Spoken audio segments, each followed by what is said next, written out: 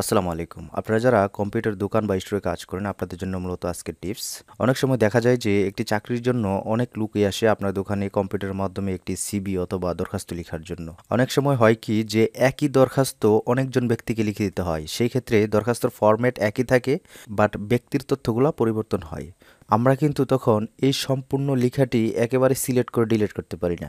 আমাদেরকে কি করতে হয়? একটি একটি করে ব্যাক স্পেস দিয়ে তারপরে কাটতে হয়।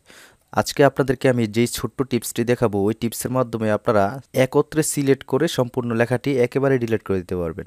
ফার্স্ট অফ অল আপনাকে কি করতে হবে? কিবোর্ড থেকে অল্ট বাটনে চেপে ধরতে হবে। ধরার পরে আপনি যেই লেখাটি সিলেক্ট করে ডিলিট করতে চাচ্ছেন, ওই লেখাটুকু আপনি সিলেক্ট করবেন। তো আমি এখান থেকে এই পর্যন্ত সিলেক্ট করলাম। সিলেক্ট করার পরে কিবোর্ড থেকে জাস্ট ডিলিট বাটনে প্রেস করতে হবে। এই যে আমি ডিলিট বাটনে প্রেস করলাম।